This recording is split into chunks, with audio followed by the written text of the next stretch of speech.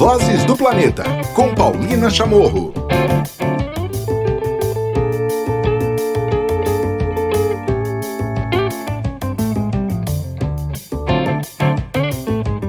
Começando mais um episódio do Vozes do Planeta, um episódio bastante importante, bastante especial, e por isso eu trouxe já dois colaboradores aqui já de um cara para a gente começar a falar e para a gente começar a abrir, para falar sobre o Ministério do Meio Ambiente, para falar sobre a demissão do Ricardo Salles, para falar sobre o que vem por aí. Então, nessa conversa, eu tenho a Duda Benegassi, do ECO. Tudo bom, Duda?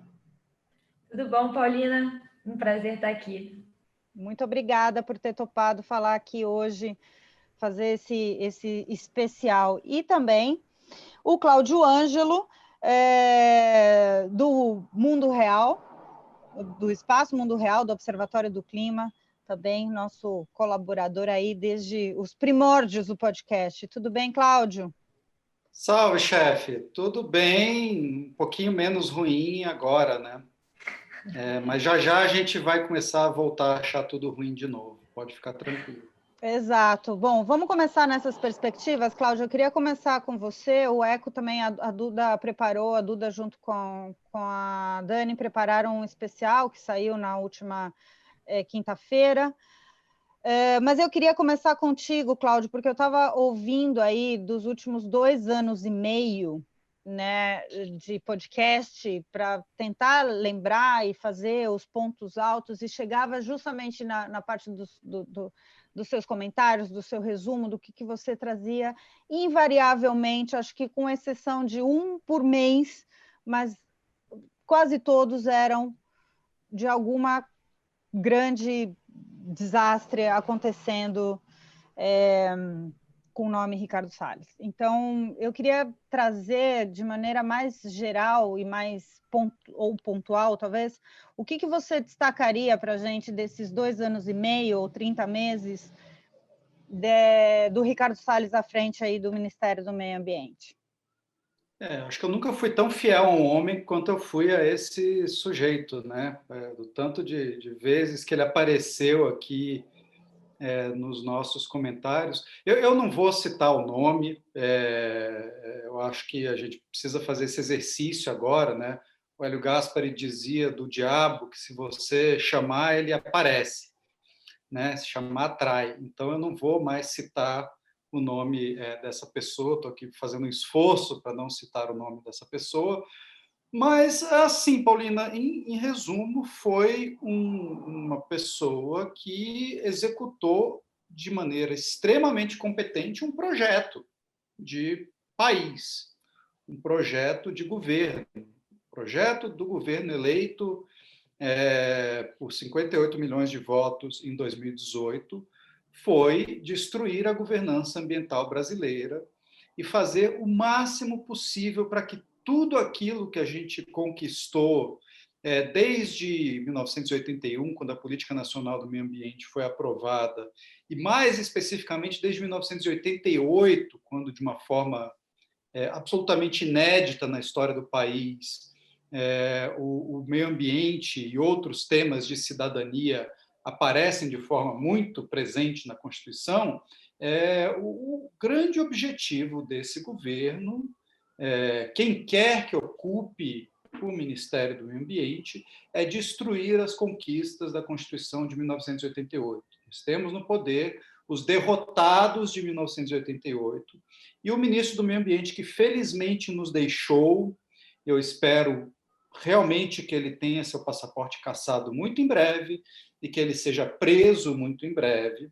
Essa pessoa executou esse projeto que era, vocês vão se lembrar, a ideia inicial do presidente Jair Bolsonaro era fechar o Ministério do Meio Ambiente e submetê-lo ao Ministério da Agricultura, transformar o Ministério do Meio Ambiente em uma espécie de secretaria dentro do Ministério da Agricultura. Houve uma chiadeira muito grande logo depois da eleição com isso, os próprios ruralistas acharam que era um pouco demais, então eles começaram a pensar assim, qual é a segunda melhor coisa que a gente pode fazer para deixar o Ministério do Meio Ambiente lá como se fosse uma casca vazia, sem que ele tenha nenhum poder, e dar todo o poder à agricultura, né?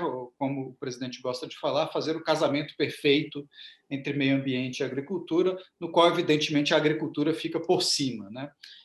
Desse casamento perfeito. E essa segunda melhor coisa foi executada por essa pessoa que saiu do governo essa semana.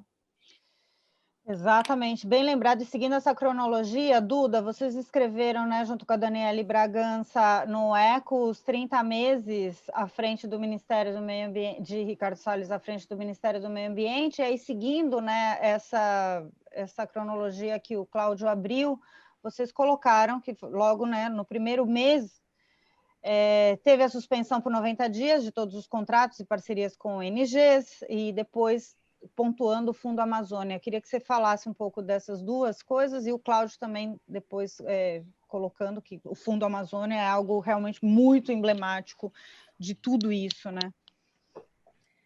Sim, bom, eu vou começar pedindo desculpa ao Cláudio Ângelo, porque eu vou evocar o nome da...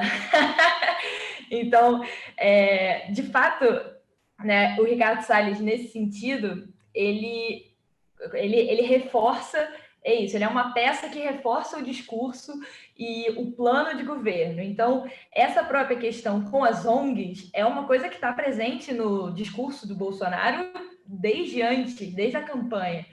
E assim que assumiu o ministério, o Ricardo Salles pôs esse plano em curso de diminuir não só o papel das ONGs, mas da sociedade civil como um todo, né? E aí a gente, num primeiro momento, tem essa suspensão sem nenhuma justificativa de contratos com ONGs e governo, né? Parcerias e tudo, com a justificativa de que precisava de um reexame, sem nenhuma prova. E no mesmo espírito, né, também foi esvaziado o Fundo Amazônia, nesse espírito de que os valores, esses valores estão sendo enviados de forma indevida para ONGs, isso, né, com uma acusação que nunca foi comprovada e uma acusação que resultou na paralisia do maior fundo que a gente tinha para financiar ações contra o desmatamento, contra incêndios, enfim. Então, a gente... E reforço, isso não é uma...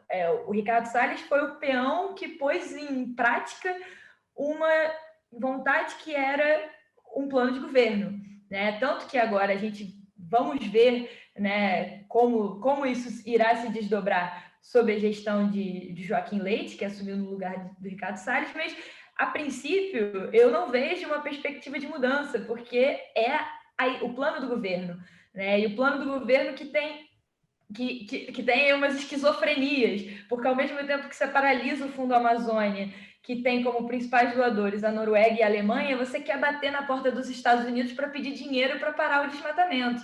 Então, assim, a política ambiental em nível internacional é completamente esquizofrênica, porque ela não...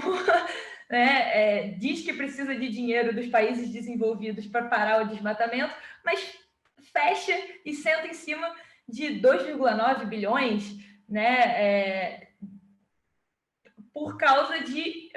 E aqui eu vou tomar a liberdade de usar um tom um pouco mais opinativo, por causa de uma implicância sem nenhuma prova contra as ONGs e sendo que, na verdade, a paralisia do Fundo Amazônia afeta diretamente os governos estaduais, municipais e o governo federal, mais do que propriamente as ONGs. Esses recursos iam, na verdade, né, majoritariamente para o poder público. Então, assim, uma grande esquizofrenia que agora eu acredito que não irá mudar, né? Porque, como o Cláudio Ângelo falou, isso é um plano de governo, e isso não vai mudar. Com o Joaquim ou com quem quer que seja que tenha a chancela do presidente.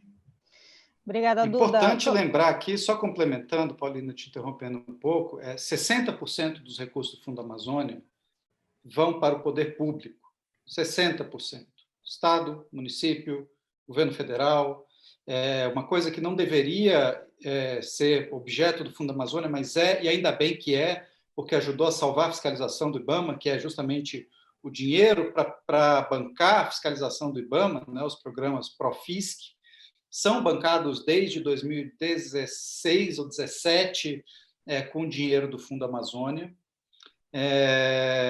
E, de fato, como a Duda falou, é uma grana que depende unicamente de uma... Não precisa nem do parecer, precisa só da caneta. Né? É uma canetada do ministro do Meio Ambiente, reforma-se o Fundo Amazônia, os comitês do Fundo Amazônia, que foram dissolvidos por birra. A Duda é muito delicada, mas eu posso falar, porque eu sou ONG, né? É birra do governo, e eu acho que eu iria além, uma birra um tanto quanto mau caráter, porque ele nunca comprovou, ele deu uma coletiva ridícula em maio de 2019, dizendo que chamou a imprensa, dizendo vou denunciar aqui toda a corrupção das ONGs com o Fundo Amazônia. Nessa coletiva ele não apresentou nada. Ali naquele ato, se a gente tivesse no governo normal, ele teria sido demitido, mas não aconteceu. Então, essa birra fez com que a gestão ambiental brasileira deixasse quase 3 bilhões de reais parados durante 2 anos e meio. Isso é um desvio de caráter, é um desvio de função, isso vai contra todos os princípios do funcionalismo público, e é uma coisa que só aconteceu e só acontece porque o presidente da República se chama Jair Messias Bolsonaro. Eu ia justamente colocar para te passar essa bola, Cláudio, falando justamente de como é emblemático, né, em toda essa história o que aconteceu e o que vai ainda acontecer como consequência disso, né, de despedaçar o Fundo Amazônia, desses acordos, porque aí entra projeções para o futuro, visão internacional que se tem, né, do Brasil, o aumento do desmatamento, você citou a questão do IBAMA, a gente tem a questão das multas que estão completamente paralisadas, né, há mais de 1 ano e meio, talvez, né? O Fundo Amazônia, o que aconteceu é um espelho, né, na verdade, o resultado de tantas desses ataques, né? Tem uma coisa aí curiosa que eu acho que nem todo mundo se dá conta. A gestão ambiental no Brasil, desde o começo do governo, ela foi uma espécie de laboratório para tudo que o regime iria fazer em outras áreas nos meses e anos seguintes. Mordaça de comunicação começou no Ministério do Meio Ambiente. Desmonte de colegiados com participação da sociedade civil começou no Ministério do Meio Ambiente. Foi como se eles testassem a fórmula do que se consolidou como sendo o governo Bolsonaro. O piloto disso foi a gestão ambiental, que só se agravou. E até essa coisa das relações internacionais, né, que depois foram redundar na crise das vacinas, no Brasil completamente desacreditado, com a China boicotando o Brasil, porque não, né, o Brasil falava mal da China, a China em boicote não mandava o IFA para fazer vacina, o Brasil isolado, sozinho na defesa das patentes para a vacina de Covid, quando até os Estados Unidos, que são o país mais interessado nas patentes de vacina, falou, não, tudo bem, a gente precisa mesmo quebrar patente, porque a gente está diante de uma emergência global.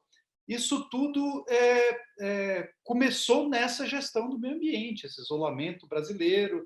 Quer dizer, de fato, ele não pode ser lido, né, essa gestão, embora, evidentemente, o grau de inteligência e psicopatia do ex-ocupante do cargo seja maior do que o da média dos ministros do Bolsonaro, ele de forma nenhuma está isolado. Na verdade, ele é como se fosse uma coisa central para o bolsonarismo, né? Você não explica inteiramente o bolsonarismo sem esse elemento que a gente viu aí no Ministério do Meio Ambiente e que a gente vai continuar vendo, apesar do novo ministro não ser o anterior, né?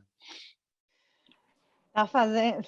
Eu tô gostando de ver o exercício do Cláudio para não chegar no nome. Duda, seguindo a linha, vocês colocaram algo também muito, muito impactante, com consequências aí muito grandes, o que vocês colocaram na matéria do Eco do revogaço, né? Aí veio uma série de...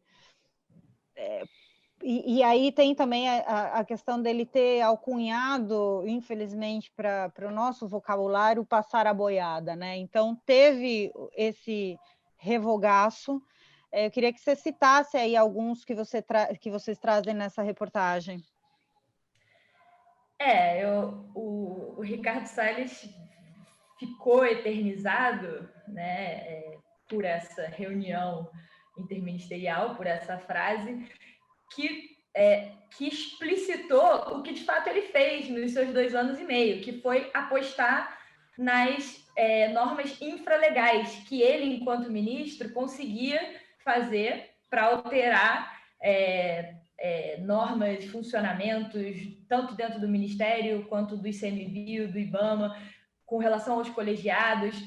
O mais emblemático, sem dúvida nenhuma, é o caso do CONAMA, que é o Conselho Nacional do Meio Ambiente, que é uma instância, sempre foi, historicamente, uma instância super importante para criar normativas. O CONAMA não faz lei, mas o CONAMA ele estabelece as diretrizes para o cumprimento de certas leis que estão no Código Florestal e outros dispositivos que, de fato, são legais, né? São leis propriamente dita. E o CONAMA ele sempre teve uma participação ampla. A gente tinha uma composição de 93 membros. Numa canetada, numa medida infralegal, ele reduziu isso para 23 membros. E não apenas isso, ele mudou o funcionamento e a disposição dessas cadeiras. Se antes a gente tinha uma ampla representação da sociedade civil, de instituições de pesquisa, da academia, né, e até mesmo dos municípios e estados, isso foi completamente atrofiado para priorizar as cadeiras do poder público em instância federal, cadeiras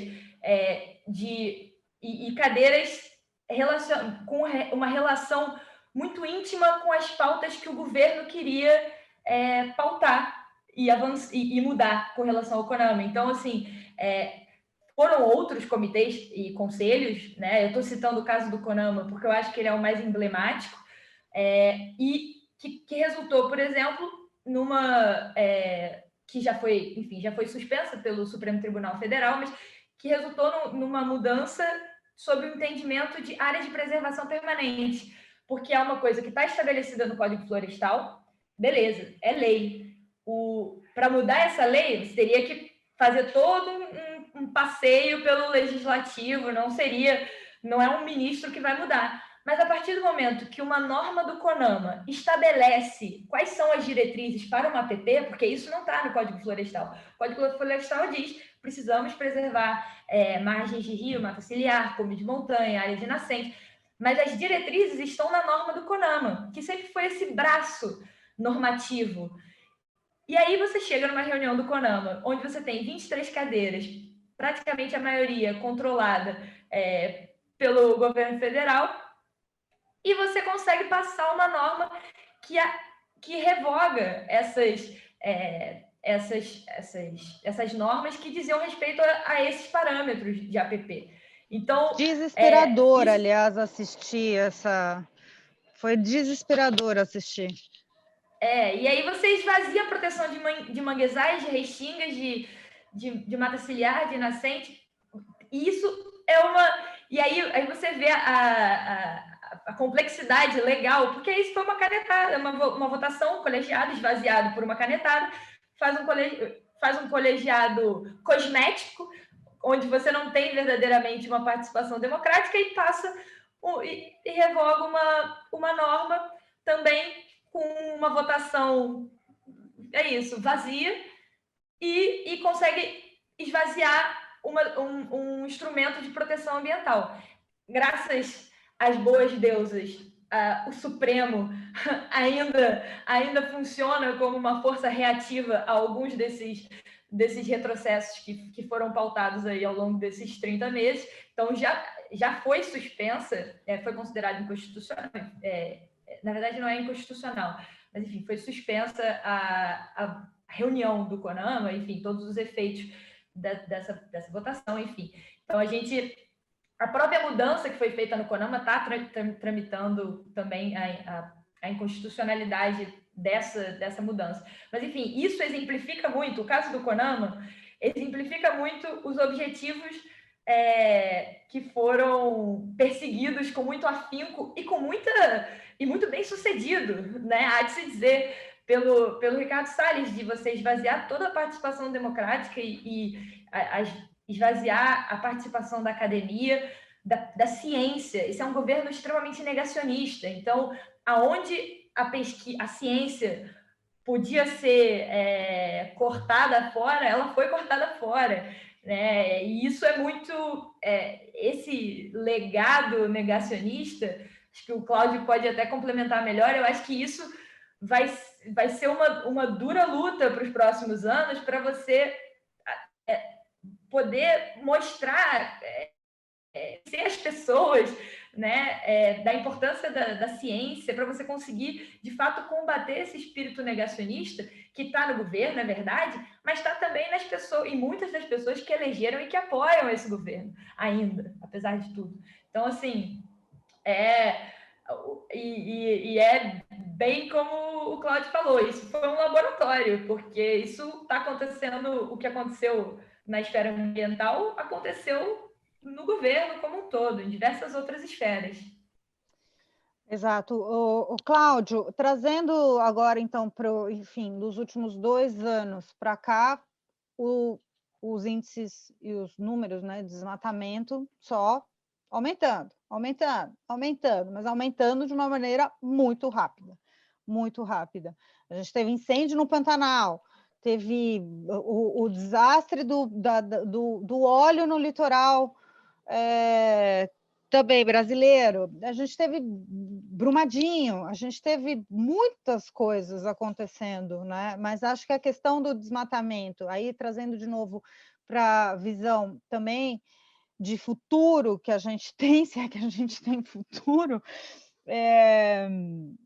pensando que temos 2 grandes reuniões importantes, né? O mundo tem 2 reuniões importantes, a Convenção de Diversidade Biológica, a COP, né? A reunião do clima, também a futuro.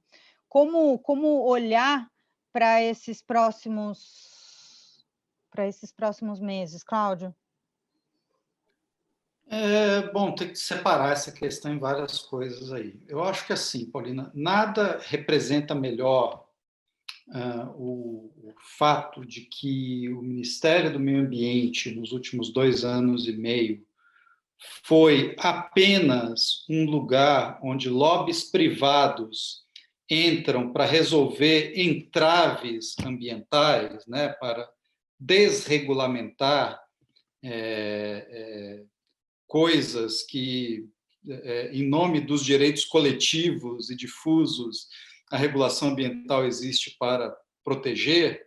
Nada é mais simbólico disso do que o fato de que, pela primeira vez na história, não sei se do Brasil ou do universo, você teve um ministro do Meio Ambiente pegando um avião, um dia depois de se reunir com a equipe do secretário, do enviado de clima dos Estados Unidos, onde eles estavam negociando um acordo para salvar a Amazônia, entre muitas aspas.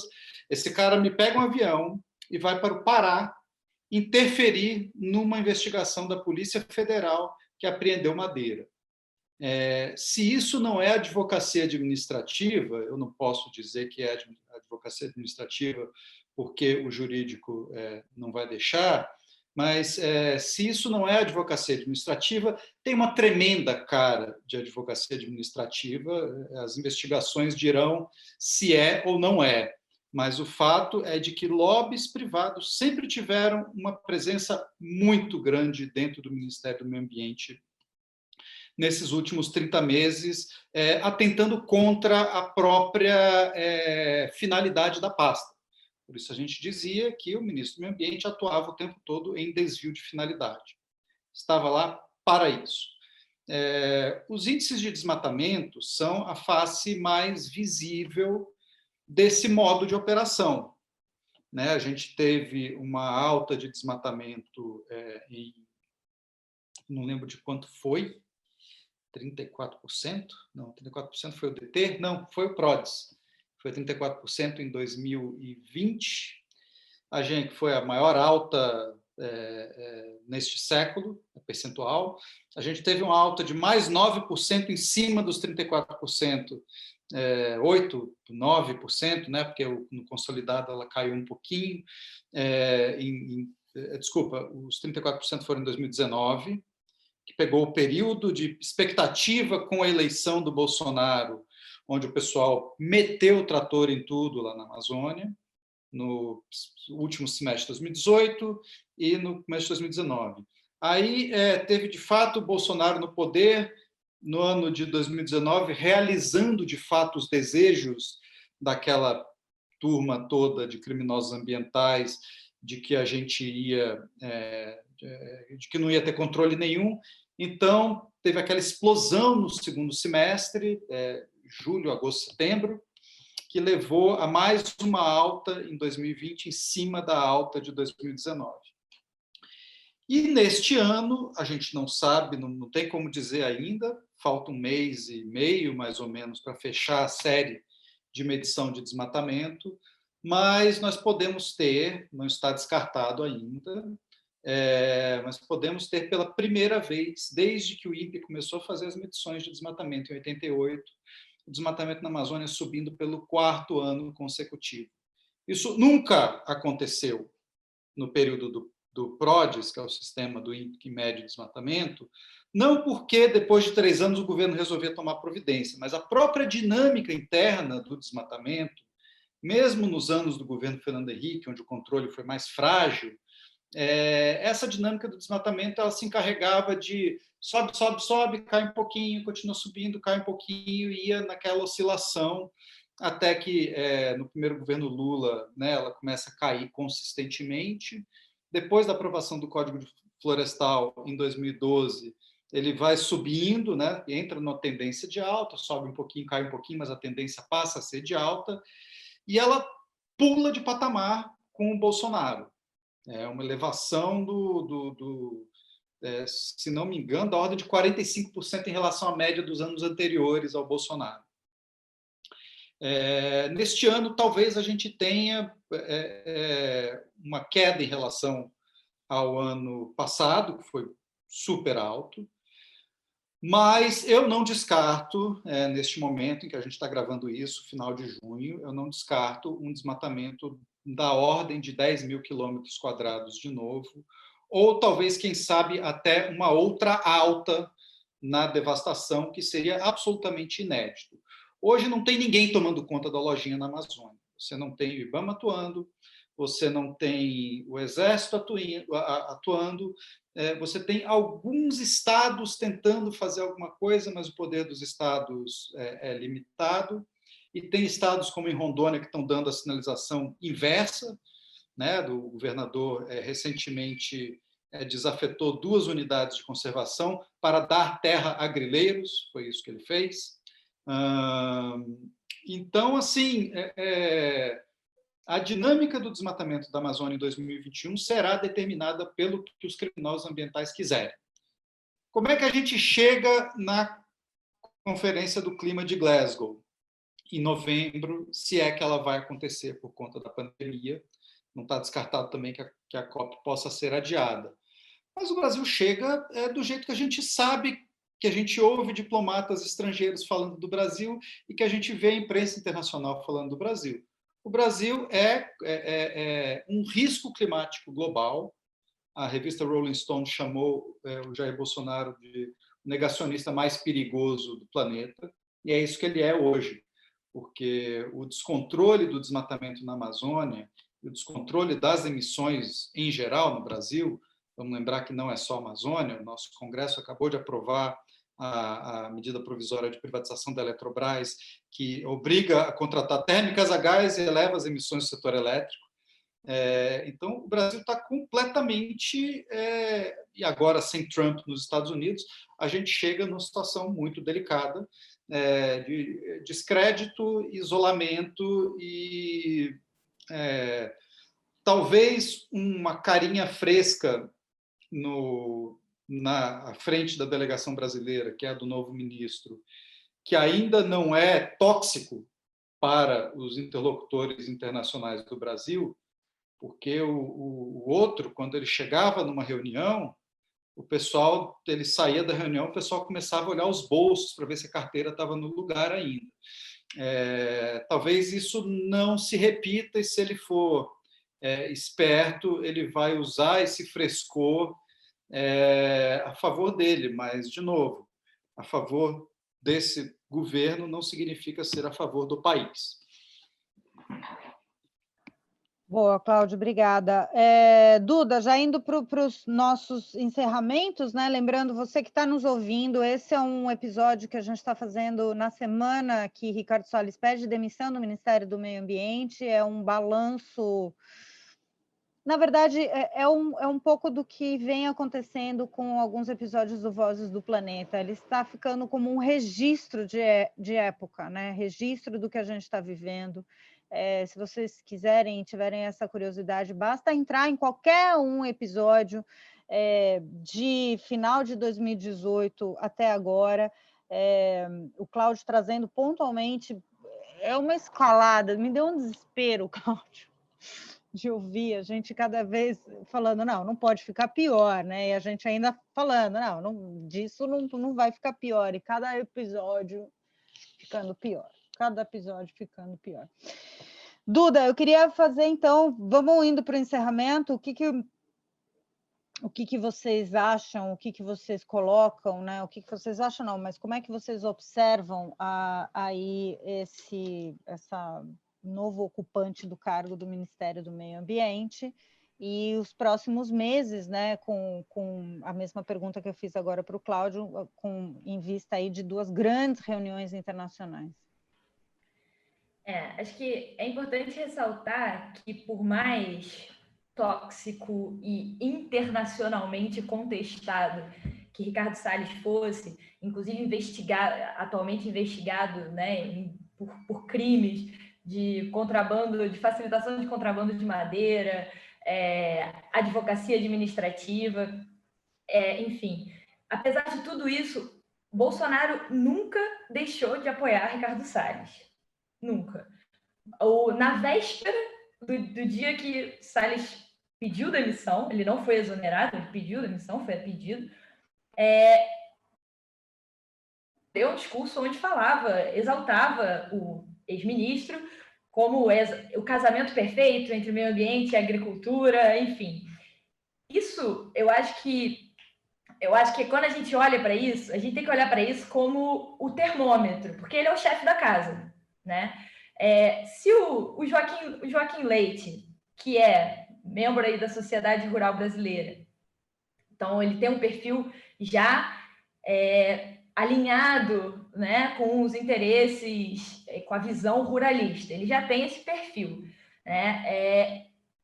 Quando você pensa que ele está no comando de uma pasta, onde qualquer coisa que ele faça que não seja dançar conforme a música, o Bolsonaro pode ir lá e exonerá-lo, eu tenho poucas esperanças de que ele vá fazer algo diferente do que o Salles vinha fazendo. Talvez, se nós dermos sorte, ele vai ser menos bem-sucedido, porque o Salles era muito inteligente e arguto, assim, ele conseguia, de fato, inclusive até na oratória, né? Para um desavisado, ele poderia até convencer um desavisado de que o que ele estava fazendo era legal, era correto. O que, para qualquer pessoa com 2 palmos de informação sobre a área ambiental, já não se sustentava. Mas, enfim, o ponto eu não tenho a expectativa, falando Duda pessoal, né, despida a carapuça jornalista, eu não tenho a expectativa de que o Joaquim vai fazer uma grande mudança de rota e vai existir uma grande mudança na política ambiental brasileira nesses últimos ano e meio que nós temos, salvo um impeachment, o que eu acho altamente improvável a essa altura do campeonato. Então, assim, as minhas expectativas são apenas de que ele seja um pouquinho mais incompetente do que foi o Salles. Essa é a minha expectativa. E com relação ao que já está em curso, né, o Observatório do Clima fez um texto excelente, até que eu recomendo a leitura, falando de algumas ações que o Joaquim poderia ter para provar que ele não é farinha do mesmo saco.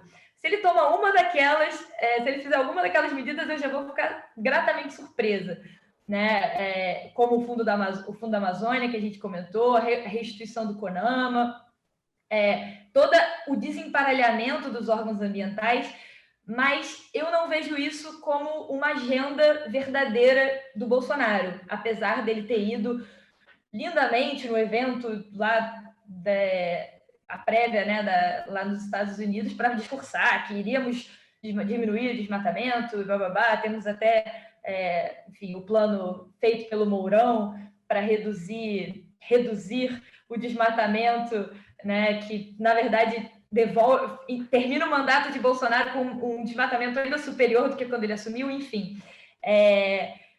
Só vejo cosmético e nenhuma mudança real de política de governo, por isso não vejo uma possibilidade real de que haja mudança com essa troca, né? Sai Faria Lima, entra um ruralista de fazenda oligarca de São Paulo, mantém a narrativa. Acho que, enfim, infelizmente, a gente talvez só tenha uma verdadeira mudança em 2023, salvo algum caos maior, que eu prefiro não antecipar. Não invoca. Quietinho. Isso eu não vou evocar. Não. Isso realmente eu não irei evocar de forma alguma. Bom, como a Duda colocou, a gente recomenda muito as leituras e análises, enfim, o que vem saindo pelo Observatório do Clima. O povo é bom lá, viu? Também no ECO, não só essa última, né, que a gente citou agora, dos 30 meses de Ricardo Salles à frente do Ministério do Meio Ambiente, mas, enfim, as diversas análises e acompanhamentos que a gente vai continuar fazendo, não só aqui no podcast, nos 2 canais. Cláudio, teria alguma música para a gente indicar, que a gente vai soltar só um pouquinho, mas para depois a gente ouvir de tudo isso? Depois de 2 anos e meio, você chuchando toda semana falando, tem alguma música que poderia simbolizar isso? Tem sim, Paulina. Antes eu só vou fazer um parênteses, juro que é super rápido.